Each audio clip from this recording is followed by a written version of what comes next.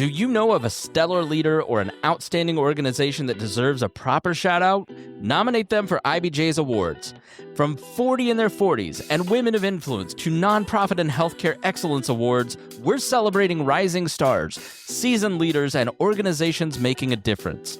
Discover which programs are accepting nominations now at ibj.com/nominate. This is Inside Indiana Business Radio for the morning of Friday, February 20th, 2026. I'm Alex Brown. The American Center for Manufacturing and Innovation broke ground Thursday on its National Security Industrial Hub, an 1,100-acre campus designed to expand domestic munitions production and bring hundreds of high-wage jobs to Greene County. Simon Shoemaker, head of development for Acme Properties, says the companies who will locate on the campus will be able to support existing defense operations in the area. The campus is oriented and designed in a way to support not only large existing defense corporations, but also smaller growing companies that this campus can accelerate growth by bringing prototype to production all in one place. Prometheus Energetics, a merchant supplier of solid rocket motors, also plans to build its headquarters and primary production facility on 600 acres within the campus.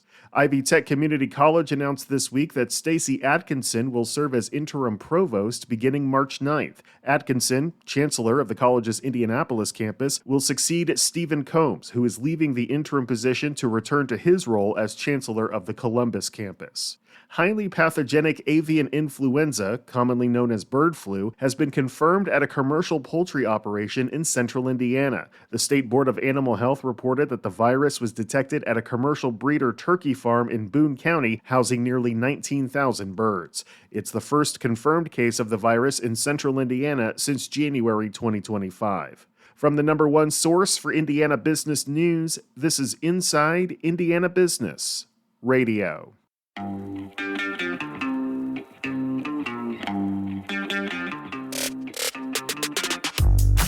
Hello and welcome to Inside Indiana Business. I'm Gary Dick, coming to you this week from Northwest Indiana, Jeffersonville, Muncie, South Bend, in downtown Evansville, Terre Haute, Fort Wayne, Richmond, from one of the state's key entrepreneurial and innovation hubs, 16 Tech. Inside Indiana Business, Indiana's business news leader.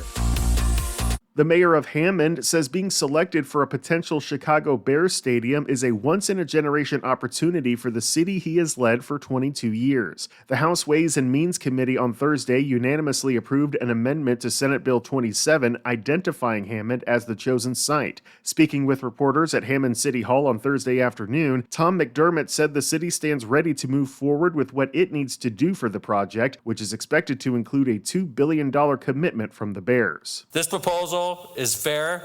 It's an amazing opportunity for our city. It's going to create thousands of jobs. The Bears themselves is thousands of jobs, not to mention the construction jobs that go into the stadium, the parking facilities around the stadium, and the ancillary development that's going to come. And it's going to come. McDermott mentioned that the project would also include the relocation of Hallis Hall, a complex that includes the team's headquarters and training facilities, though the team has not confirmed that would be the case. Columbus-based Cummins is offering up to $1,000 in cash incentives to nudge affected Ram truck owners into completing an emissions system recall related to a previously announced $2 billion settlement agreement. This week, Cummins announced the incentives for owners of eligible Ram 2500 and 3500 trucks from model years 2013 through 2018 who complete what the company calls Emissions Recall 67A between now and May 31st. Cummins describes the recall as a software update that can be completed in less than an hour at authorized Ram dealerships at no cost to vehicle owners.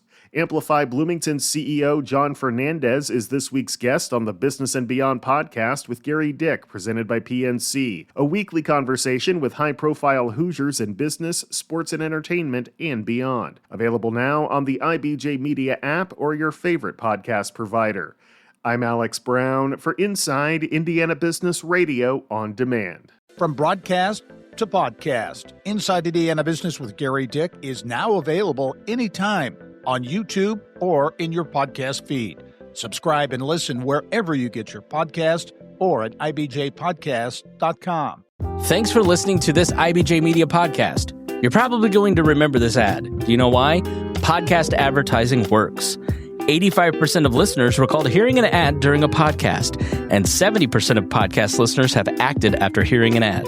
So whether you're looking to be heard across the entire IBJ Media Podcast Network, sponsor one of our shows, or just start with a 30-second ad, IBJ Media can help. Contact advertise@ibj.com to learn more.